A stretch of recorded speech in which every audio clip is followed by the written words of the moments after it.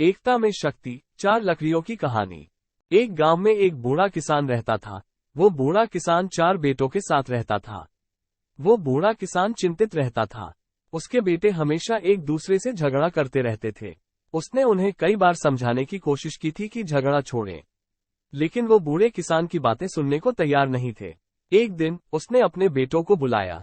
उसने उन्हें एक छोटे से बंडल में से कुछ लकड़ियां दी और उनसे बंडल को 2 में बांधकर तोड़ने को कहा। बंडल में 4 लकड़ियां थीं। सबसे बड़ा बेटा बोला, ये तो बच्चों का खेल है।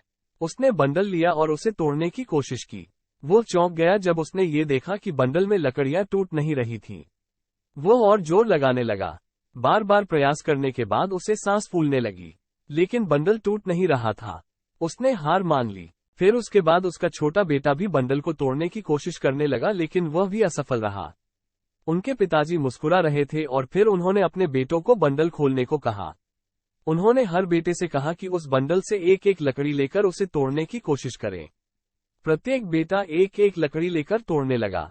कुछ ही समय में वे लकड़ियां मुरझा गईं और टूट गईं। बूढ़े किसान ने कहा, एक अकेली लकड़ी आसानी से टूट जाती है, लेकिन जब 4 लकड़ियां एक साथ आती हैं, उन्हें तोड़ना असंभव होता है। इस बार चारों बेटों को सबक समझ में आ गया। चारों भाइयों ने एक दूसरे से झगड़ना बंद कर दिया। वे एक साथ मिलकर टीम के रूप में काम करने लगे और जो भी काम उन्हें सौंपा जाता था, वो सफलता प्राप्त करते थे। चारों भाइयों ने ये जान लिया कि एकता में ही शक्ति है।